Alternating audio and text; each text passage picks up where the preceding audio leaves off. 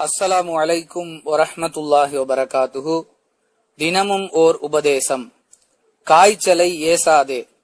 ஏனெனில் கொல்லனின் உலை இரும்பின் துருவை அகற்றுவதை போன்று காய்ச்சல் ஆதமுடைய மக்களின், அதாவது மனிதர்களின் தவறுகளை அகற்றி விடுகிறது என்று ரசூலுல்லாஹி ஸல்லல்லாஹு அலைஹி வஸல்லம் அவர்கள் கூறினார்கள்.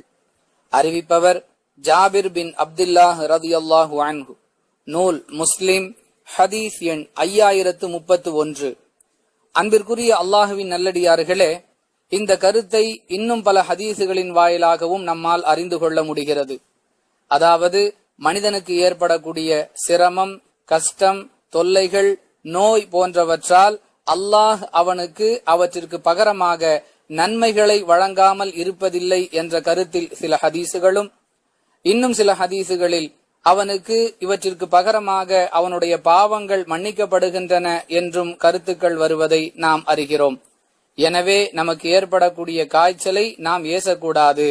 அதை பொறுமையோடு சகித்து கொண்டால் அதற்கு பகரமாக அல்லாஹ் நம்முடைய பாவங்களை அழித்து விடுவான், நம்முடைய தவறுகளை அகற்றி விடுவான்.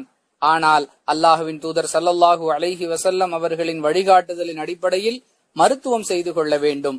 காய்ச்சலை ஏசக்கூடாது என்றுதான் அல்லாஹுடைய தூதர் அவர்கள் சொன்னார்களே தவிர அதற்கு மருத்துவம் செய்யக்கூடாது என்று சொல்லவில்லை.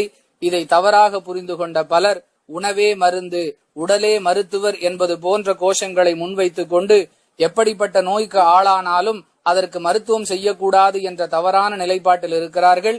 இது நபி வழிக்கு எதிரான ஒரு நிலை என்பதை அவர்கள் புரிந்து கொண்டு தங்களை திருத்திக் கொள்ள முயற்சி செய்ய வேண்டும். அல்லாஹ் உதவி செய்வானாக. வாஹிரு தவானா அனில் ஹம்துலில்லாஹி ரப்பில் ஆலமீன். அஸ்ஸலாமு அலைக்கும் வரஹ்மத்துல்லாஹி வபரகாத்துஹு.